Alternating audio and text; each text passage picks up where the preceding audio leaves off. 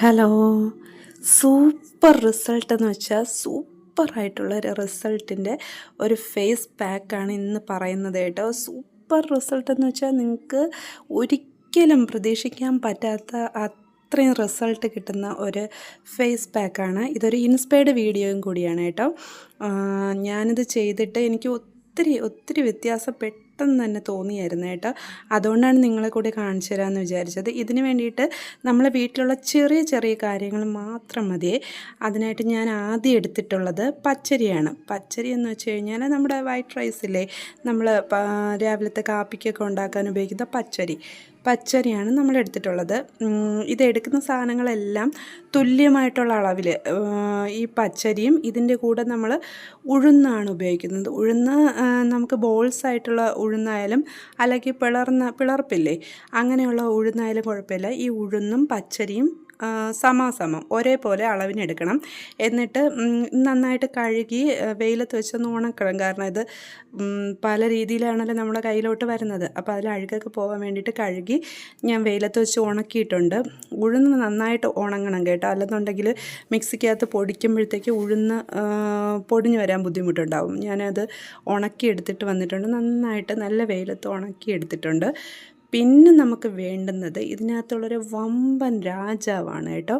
രാജാവെന്ന് വെച്ച് കഴിഞ്ഞാൽ നമ്മുടെ വീട്ടിൽ എപ്പോഴും ഉള്ള ഒരു സാധനമാണ്. അതാണെങ്കിൽ എന്താണെന്ന് അറിയണ്ടേ? ഉരുളക്കിഴങ്ങാണേ.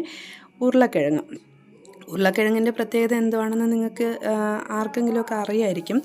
ഉരുളക്കിഴങ്ങ് അതിൻ്റെ ജ്യൂസ് നമ്മൾ ചിലപ്പോഴെങ്കിലും മുഖത്തിടുമ്പോഴൊക്കെ നല്ല രീതിയിൽ മുഖം നല്ല ബ്രൈറ്റായിട്ട് വരാറുണ്ട് അല്ലേ. അപ്പം ഞാൻ 2 ചെറിയ ഉരുളക്കിഴങ്ങ് എടുത്തിട്ടുണ്ട്. ഉരുളക്കിഴങ്ങ് ഇത്രയൊന്നും ആവശ്യമില്ല, ഇതിൻ്റെ കുറച്ച് ഭാഗമൊക്കെ ചെത്തി കളയണം. അതുകൊണ്ടാണ് ഞാൻ 2 എണ്ണം എടുത്തത്.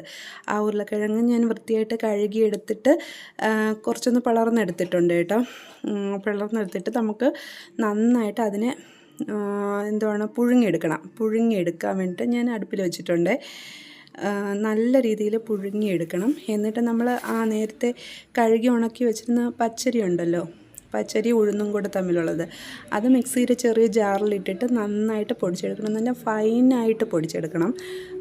പൊടിച്ചിട്ട് അരിച്ചും കൂടെ എടുത്തോളൂ കേട്ടോ. കാരണം അതിനകത്ത് നമ്മൾ തരിയൊന്നും വേണ്ട. തരിയില്ലാതെ നല്ല മഷി പോലത്തെ പൊടിയെന്ന് പറയത്തില്ലേ, അതുപോലത്തെ പൊടിയാണ് നമുക്ക് വേണ്ടത്.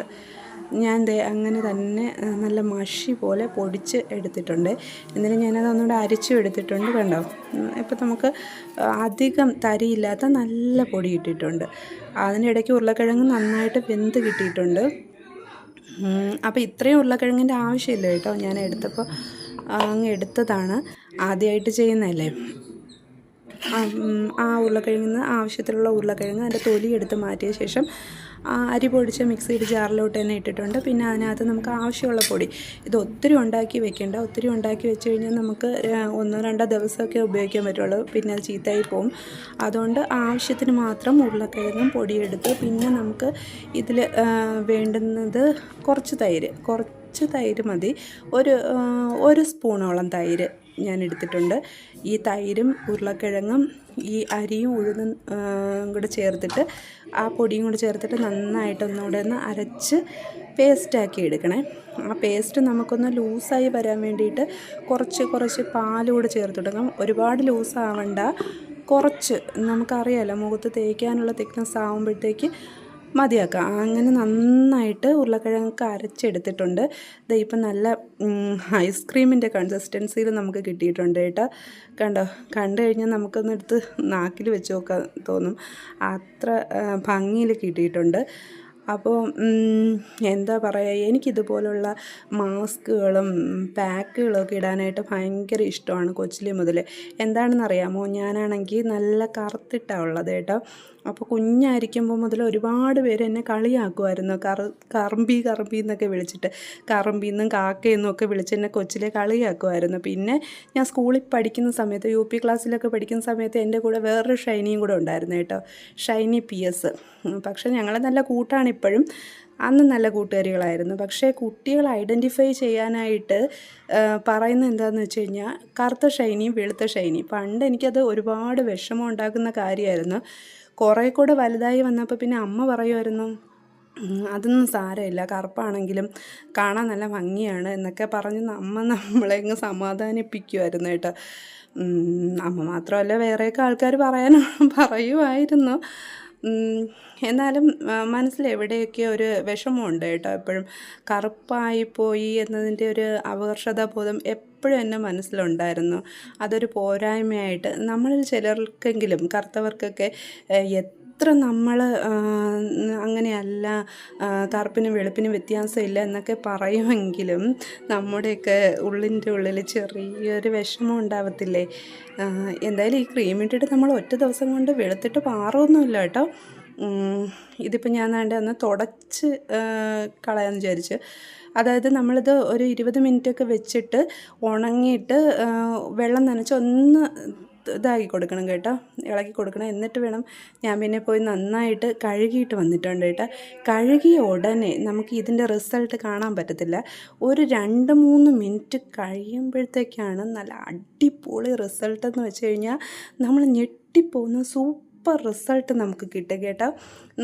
നിങ്ങൾക്കിത് ക്യാമറയിൽ കൂടെ എത്രത്തോളം കാണാൻ പറ്റുന്നുണ്ട് എന്നെനിക്കറിയത്തില്ല, പക്ഷേ നേരിട്ട് കാണുമ്പോഴത്തേക്ക് സൂപ്പർ റിസൾട്ടാണ് കേട്ടോ, സൂപ്പർ റിസൾട്ടാണ്. നിങ്ങൾക്കിത് ഉറപ്പായിട്ടും ഇത് ചെയ്ത് നോക്കാം. നമ്മുടെ വീട്ടിലുള്ള ചെറിയ ഇൻഗ്രീഡിയൻസ് അല്ലേ, പാർലറിലൊക്കെ പോയി നമ്മൾ ചെയ്യുമ്പോൾ എത്ര രൂപയാണ് നമ്മുടെ കയ്യിൽ നിന്ന് വാങ്ങിക്കുന്നത്. അത് ചെയ്യരുതെന്നല്ല പറയുന്നത്, ആവശ്യത്തിന് അതൊക്കെ ചെയ്യുകയും വേണം. എന്നിരുന്നാലും പെട്ടെന്ന് നമുക്കൊരു ഫംഗ്ഷനൊക്കെ പോകുമ്പോൾ പാർലറിലൊന്നും പോകാൻ പറ്റാത്ത സാഹചര്യമാണെന്നുണ്ടെങ്കിൽ നമുക്കിത് ചെയ്ത് നോക്കാം. ഇത് ചെയ്ത് കഴിഞ്ഞാൽ സൂപ്പർ ഗ്ലോ കിട്ടും കേട്ടോ.